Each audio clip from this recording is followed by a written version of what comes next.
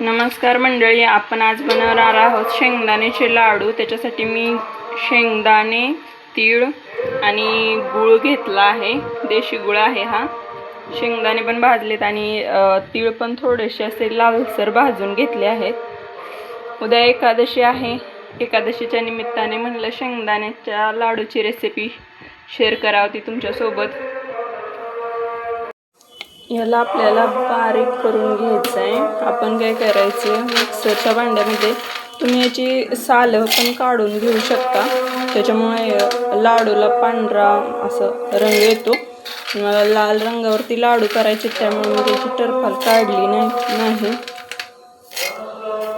एवढं शेंगदाणे घेतले की आपण त्याच्यात मग थोडेसे तीळ पण घालायचे, कारण तीळ आपल्याला काही अख्खे ठेवायचे आहेत। थोडेसेच घ्यायचे। हे बाकीचे तीळ आहेत ते आपण असे होल आपण टाकणार आहोत लाडूमध्ये, कारण त्याच्यामुळे क्रंच तयार होतोय, खायला पण भारी वाटतं। जेव्हा दाताखाली येतात ना छोटे छोटे कण, त्यावेळेस भारी वाटतं। आणि गूळ टाकायचा। प्रत्येक वेळेस आपल्याला असंच करायचं, शेंगदाणे घ्यायचे आहेत, खाली शेंगदाणे टाकायचे, मग नंतर वरून गूळ टाकायचं, म्हणजे गुळाचं पाणी होत नाही आणि चांगलं मिक्स पण होऊन जातं। आपण ह्याला आता बारीक करून घेऊया। बारीक करून आणलंय हे बघा। थोडंसं म्हणजे थोडं असं कमी जास्त मिक्सर करत करायचं, म्हणजे त्याचं टेक्स्चर असं येईल। थोडंसं खरबरीत लाडू छान लागतं। हे बघा असं टेक्स्चर झाले। एखादा शेंगदाणा असा अर्ध कच्चा राहिलेला आहे, पण ते छान असतं। हा दुसरा घाणा घेतलेला आहे मी मिक्सरच्या भांड्यामध्ये, पण हा ना आपल्याला खूप बारीक करायचा आहे, म्हणजे थोडंसं असं ऑइली टेक्स्चर येईपर्यंत बारीक करायचं, कारण लाडूला बाइंडिंग चांगलं येतं म्हणून। हे बघा, हे असं बारीक झालं पाहिजे, पूर्ण असं गंधासारखं असं दाबलं की त्याचा मुटका व्हावा, असं इतपत। आता हे लास्टला थोडे मी शेंगदाणे ठेवलेत, हे पण आपल्याला फक्त 1 ते 2 सेकंद मिक्सर चालू करून आपल्याला ओबडधोबड करून घ्यायचे फक्त। असं हे मोठं कूट करून घेतला आहे मी लास्टला शेंगदाणे। तुम्ही याच्यात 1-2 वेलदोडे पण टाकू शकता, पण एकादशीला आमच्याकडे वेलदोडे चालत नाहीत, त्याच्यामुळे मी नाही टाकले। आणि का असं रेग्युलर खायचे असेल तर 1-2 वेलदोडे पण टाकू शकता तुम्ही। आणि हे आपले राहिलेले तीळ टाकून घ्यायचे। त्याला सगळ्याला एकजीव करून घ्यायचं।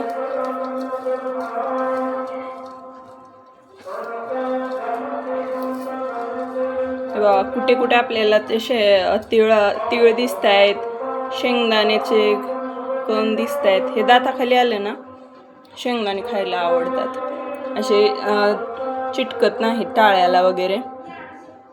आता लाडू बनवायला घ्यायचं।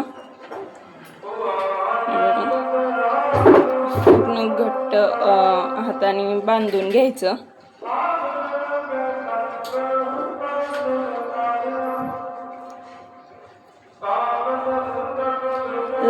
लाडू बांधताना नेहमी लाडूचं बाइंडिंग चांगलं आलं ना, लाडू खायला पण छान लागतात मस्त। काही जण याच्यामध्ये तूप घालतात, पण आपण तसं काही नाही करायचं, ते लाडू खराब होतात। हे 15-20 दिवस जरी ठेवले तरी खराब होत नाहीत किंवा वास येत नाही।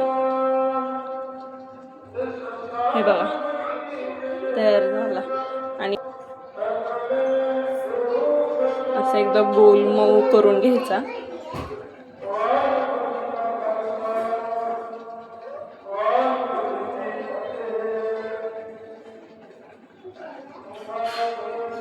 असं पूर्ण मऊ करून घ्यायचा।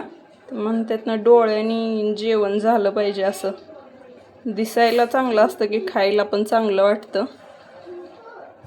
हे बघा छान आहे ना, एकदम मस्त लाडू। फोडून पण दाखवते मी तुम्हाला, लगेच फुटतो पण। ही बघा आतून पण तीळ दिसत आहेत, तुम्हाला दिसत असतीलच कॅमेऱ्यामध्ये तीळ वगैरे। चला आपण सगळे बांधून घेऊया याच प्रकारे।